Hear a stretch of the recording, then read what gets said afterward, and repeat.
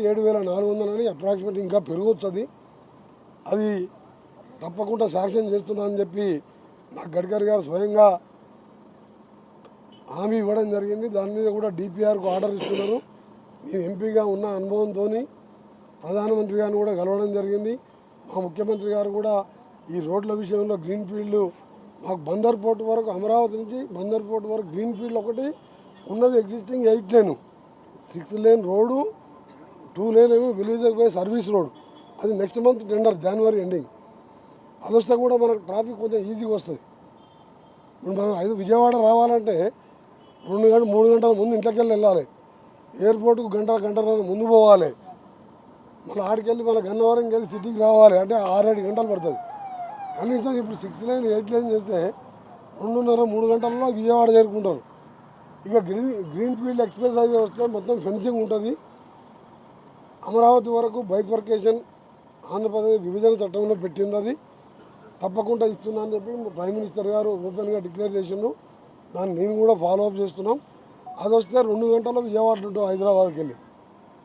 అది కూడా pipe line ఉన్న వర్క్స్ని, అలాగే మా తెలంగాణలో హ్యామ్ ప్రాజెక్టు కింద 11,000 కోట్లతో మండలాలకు వెళ్ళి జిల్లా కేంద్రానికి ఏ విధంగా డబల్ రోడ్గా చేస్తున్నాం.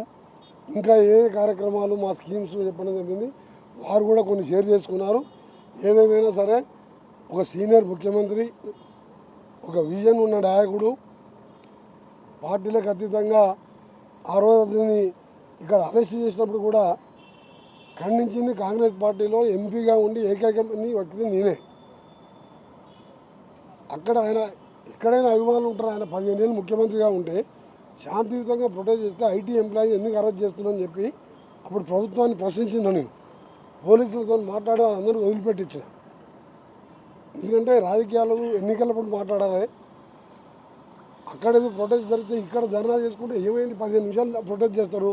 దానికి స్టేషన్లో ఐటీ కంపెనీ సీనియర్ ఎంప్లాయీస్ని ఆఫీస్లో అరెస్ట్ చేయడం తప్పని చెప్పి ఆ రోజు కూడా చెప్పింది. ఈరోజు కూడా చాలా సంతోషంగా వారు కొన్ని విషయాలు చెప్పడం, ఎట్లా 2 రాష్ట్రాలు బాగుపడాలి. ఆయన విజన్ కూడా ఒకటే, తెలంగాణ ఆంధ్రప్రదేశ్ వేరు కాదు, వేరుపడ్డా సరే ఈ 2 రాష్ట్రాలు దేశంలో ప్రపంచ స్థాయిలో గుర్తింపు తీసుకురావాలా, గుర్తింపు రావాలనే నా కోరిక. ఎక్కడ కూడా నేను తెలంగాణకు విఘాతం కానీ తెలంగాణకు నష్టం వచ్చే పని నేను ఎప్పుడు చేయను. నేను అలాంటి వ్యక్తిని కాదు. ఎప్పుడు కూడా తెలుగు రాష్ట్రాలు బాగుపడాలని కోరుకునే వ్యక్తిని అని చెప్పి మనకు నిజంగా అట్లా చెప్పడం కూడా మంచి శుభ పరిణామం.